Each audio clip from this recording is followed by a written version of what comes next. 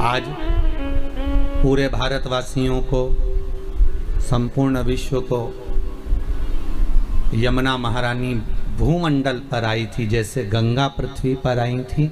यमुना जी के प्रागट्य उत्सव की, जन्म उत्सव की, यमुना जी के पृथ्वी पर पधारने की सभी भारतवासियों को बहुत बहुत बधाई हो।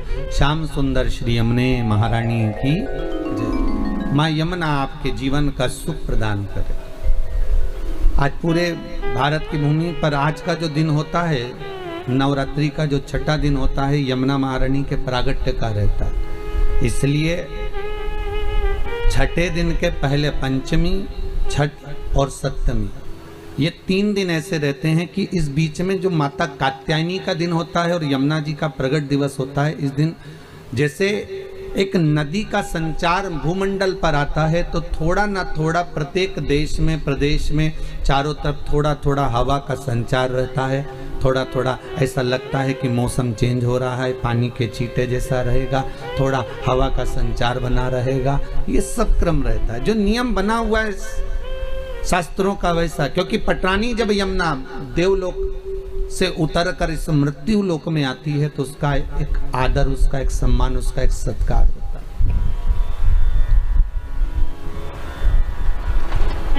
भूमंडल पर। अच्छा, कितनी विचित्र बात है, कितनी एक उत्साह की बात है कि देवता भी इस पृथ्वी पर आने के लिए तरसते हैं। देवता भी इस भूमंडल पर आने के लिए और ललायित रहते हैं कि हमें पृथ्वी पर जाना है, हमें इस भूमंडल पर जाना है। और प्रत्येक देवता का एक क्रम होता है। जैसे यमुना महारानी जब भूमंडल पर आई, तो उन्होंने सूर्य नारायण भगवान से कहा, पिताजी यमुना और यमराज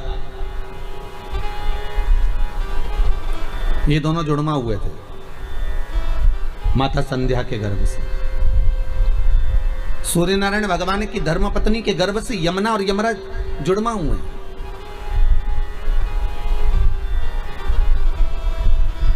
बस मात्र कुछ मिनट का अंतर है यमुना और यमराज में।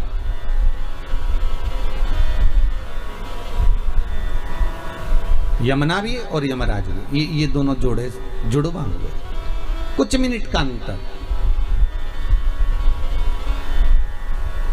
यमराज और यमुना में केवल कुछ ही मिनट का अंतर। एक दिन यमुना जी ने सूर्य नारायण भगवान से कहा, पिताजी, हे भास्कर देव, हे पिता। माँ की गोद में यमुना जी बैठी हुई थी। उनकी उम्र थी मात्र 4 वर्ष की। कितने वर्ष की थी? मात्र 4 वर्ष की यमुना जी थी। सुंदर माँ यमुना, केश खुले थे और माँ उन केश में कुछ इत्र का भाव लगा रही थी। हम तो कहेंगे उसमें तेल ही लगा रही है संध्या देवी। और इतने में भास्कर देव का उस समय पर आगमन हुआ। सूर्य नारायण भगवान पधारे तो यमुना जी ने भास्कर देव को देखकर अपनी आंखों को बंद कर लिया। मां कहती है, आपके पिता हैं, आप नेत्र क्यों नहीं खोलती हो? आंखें खोलिए और अपने पिता का दर्शन करिए। यमुना जी ने फिर नेत्र बंद कर लिए, खोल नहीं पा रही है।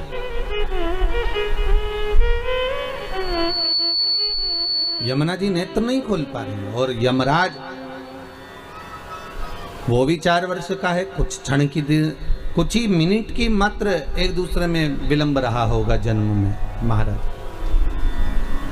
कालिंदी चरित्र जो गाया जाता है, कालिंदी चरित्र जो वर्णन किया जाता है, उस कालिंदी चरित्र में आता है कि यमुना कुछ ही मिनट की दूरी पर, और यमराज आया। और यमराज आकर पिता की गोद में सम्मुख में पिता के सामने खड़ा हो जाता है और पिता को निहारता रहता है, दोनों आंखें खोल कर। पर यमुना नेत्र नहीं खोलती है।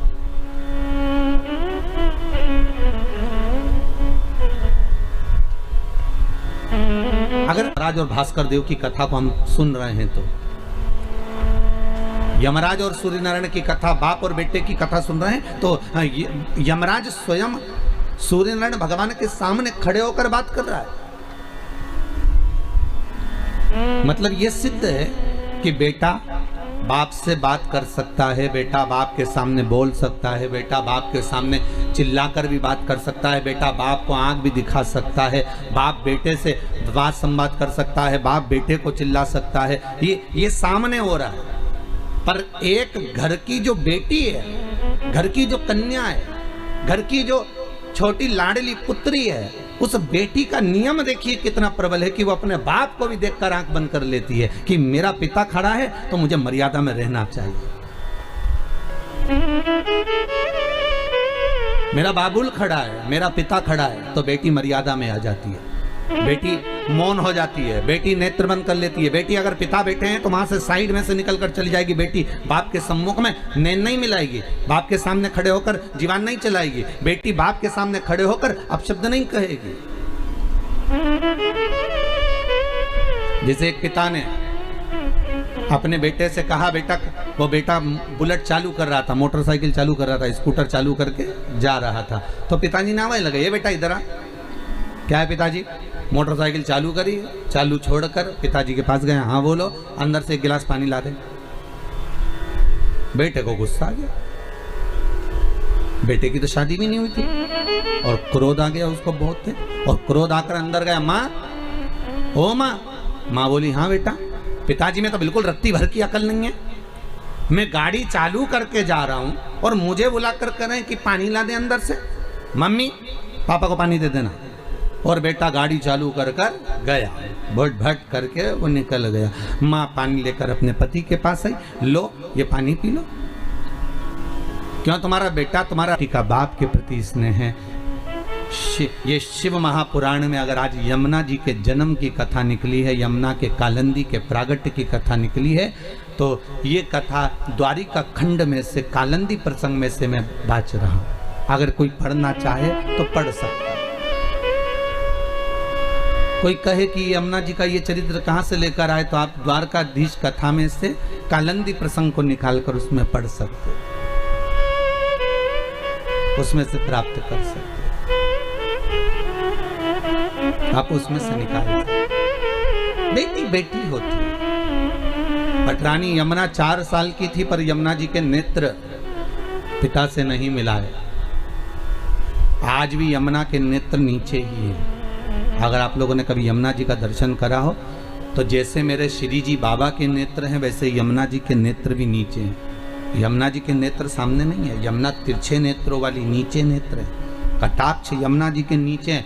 बाबुल से नहीं मिलाती, बाबुल की दशा देखती है। और कितना सुंदर प्रसंग है, जब सूर्य नारायण भगवान परिक्रमा करते करते संध्या देवी के कक्ष में पहुंचते हैं, तब संध्या देवी बाद में जल लेकर आती है। सबसे पहले यमुना दौड़कर अपने पिता के लिए पानी लेकर जाती है, मेरा बाबुल आया है। बहुत समय के बाद, क्योंकि ये कर्म में लगे हैं, ये धर्म कर्म में जब मनुष्य व्यस्त हो जाता है, उसके लिए एक बेटी का होना जरूरी है, क्योंकि बेटी ही एक ऐसी होती है जो सम्मुख में आकर खड़ी हो जाती है। बाबुल ये लीजिए, मैं तुम्हारे लिए जल लेकर आई हूं। यमुना दौड़कर 4 वर्ष की बेटी और नेत्र बंद, तो मां संध्या कर रही है, अपना बाबुल आया है, आपका पिता आया है, सूर्य नारायण जी आए, भास्कर देव आए,